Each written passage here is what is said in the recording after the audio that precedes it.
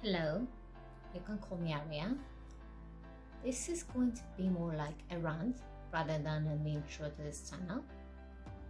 Aria is not my real name, but I prefer not to share personal information or show my face since I think I'm neither strong enough to endure criticism nor confident enough in my appearance to expose myself. I am making this up as I go, so excuse me if I am stalling. Lately, I've been on a health journey which was not easy for me, as it is probably not effortless for most people. A little backstory of mine: I am from a Mediterranean country, and as most who are South European or South American can tell you, my culture is extremely, I would say, intertwined with food. It is the kind of thing where every tradition or festivity revolves around food, which I will admit it tastes unbelievably good, but it's typically really high in caloric intake. I am in favor of treating our body with respect, never punishing ourselves if we want to eat something that might be considered junk food. Do not believe in treating yourself with food or cheat days or cheat foods or cheat weeks, whatever one might have. But that's my personal opinion. I think we should all learn to listen to our body and not our cravings necessarily. For example, you might crave French fries every day of your life, but it's not by intuition. It's not the intuitive eating that makes you want to eat them. It's because you love them. And reasonably, even if you love them, you need to use your logic and think to yourself, I should probably not eat something fried every day if I want to remain the same weight. And even worse, if you suffer from dyslipidemias, diabetes, any health issue that might prevent freely eating whatever you desire, you can't just eat whatever you want every day of your life. So I definitely do not consider food bad or good. There is something in between that you can create for yourself and balance the way you eat. Sorry for my interruption. My dog was barking like crazy. He's not very cooperative today. So I was saying that the point to me personally is to find the balance in what you eat depending, oh God, you can see him, sorry.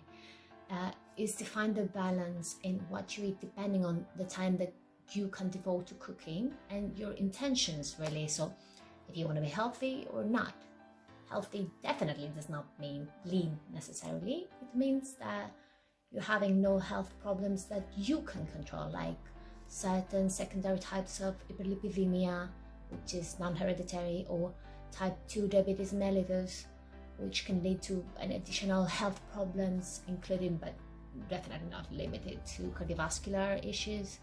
And of course, being overweight, you could have some less intense symptoms like back or joint pain due to the extra weight that one might carry.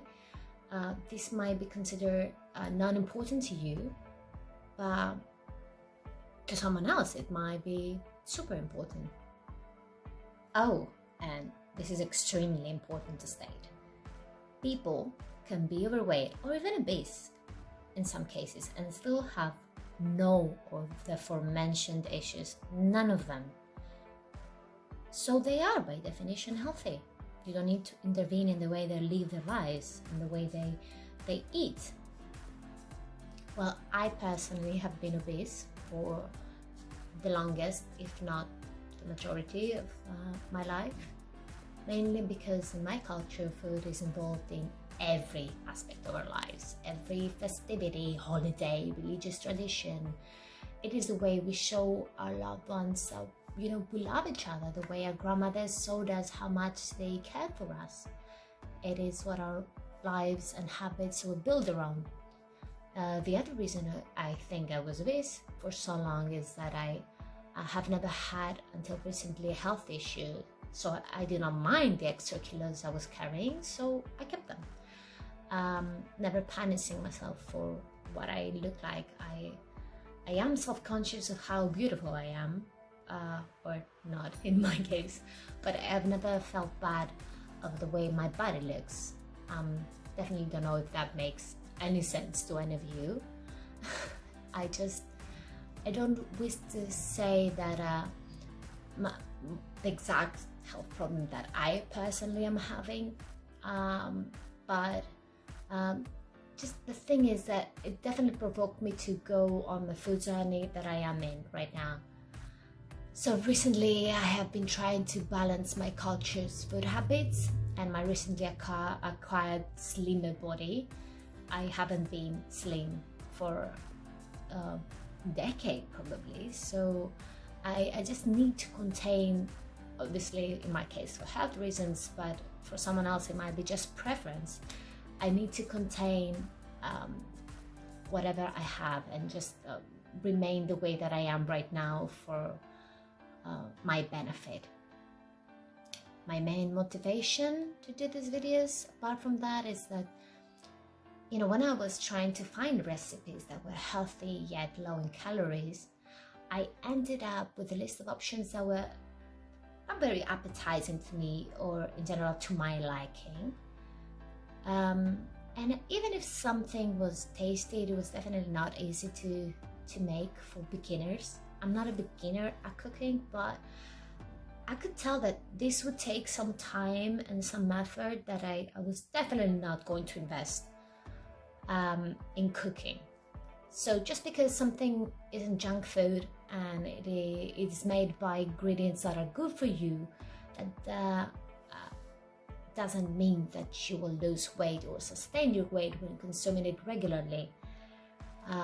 Also, if a chef is trying to explain to you how easy a recipe is, to my experience, it probably almost definitely isn't. I wanted to gather some recipes and food ideas that are actually easy and additionally tasty, healthy, and not very time consuming.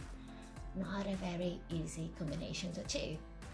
I am open to any suggestions that you might have, and as long as I have free time to go through questions, I will do so gladly. There's no such thing as a silly question. There is such thing as an unanswered question, and a question that was never stated in the first place. I don't believe in silly questions.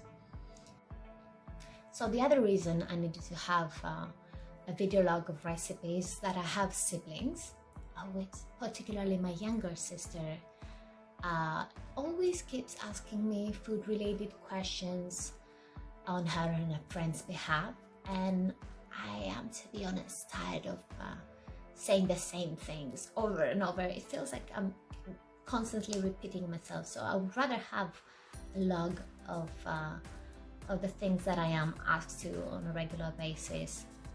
I think people with siblings can definitely relate.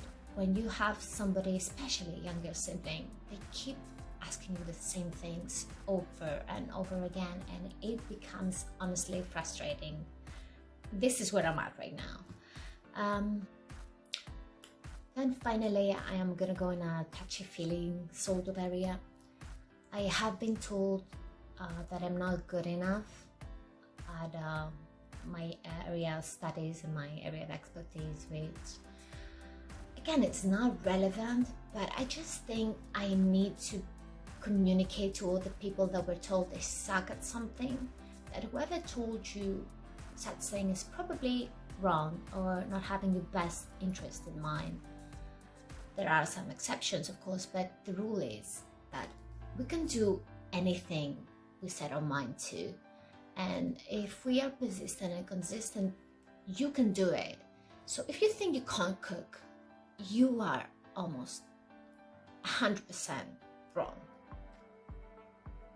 These notions of ours probably stems from a fear that you have cultivated in you, or even worse, if someone else cultivated a fear in you.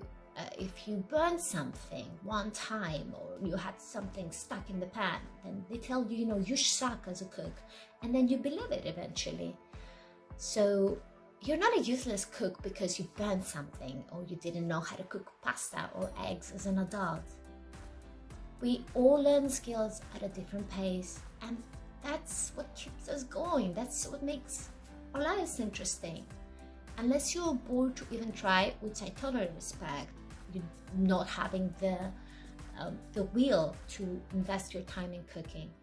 But unless you're bored to even try, you should try along with me and enjoy the process. You don't need to have a good result to enjoy whatever you are trying to do. So maybe even the result you might enjoy, who knows.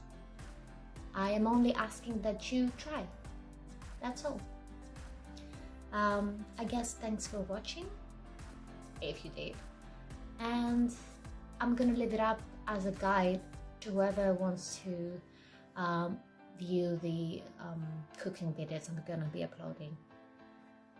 Thank you for watching, and I guess have a good morning or night or evening, or whatever time of the day it is where you're at right now.